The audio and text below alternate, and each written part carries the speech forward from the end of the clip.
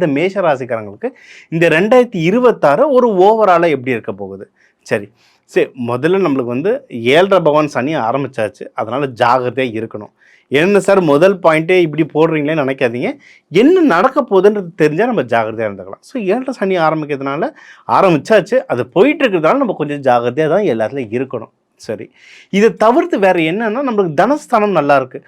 சனி பகவான் பார்த்துட்டு இருக்காரு. அதனால் உங்களுக்கு காசு வரும். ஆனால் அதை பார்த்து செலவு பண்ண தெரியணும்.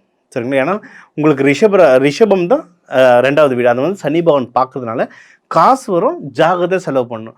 குடும்பத்தில் சின்ன சின்ன பிரச்சனைகள் வர வாய்ப்பு இருக்குது. ஆனால் நீங்கள் அமைதியாக இருந்துட்டிங்கன்னா சரியாயிடும். ஏன்னா நம்ம மேஷராசிக்கு வந்து என்னென்னா, அந்த சொல்லும் டக்குன்னு வந்துடும், கையும் டக்குன்னு வந்துடும் நம்மளுக்கு. அது அந்த கோவத்தை நீங்கள் கண்ட்ரோல் பண்ணிங்கன்னாவே ஃபேமிலியில் சந்தோஷம் இருக்கும். ப்ளஸ் பாயிண்ட் என்னென்னா, உங்களுடைய மிதுன ராசி 3வது வீட்டில் வந்து குரு பகவான் இருக்கார். அப்போ என்ன, நீங்கள் எடுக்கிற முயற்சியில் வெற்றி பெறுவீங்க. நம்மளுக்கு வந்து நேரம் அப்படி இப்படி இருந்தாலும் முயற்சி ஸ்தானம் சூப்பராக இருக்குது.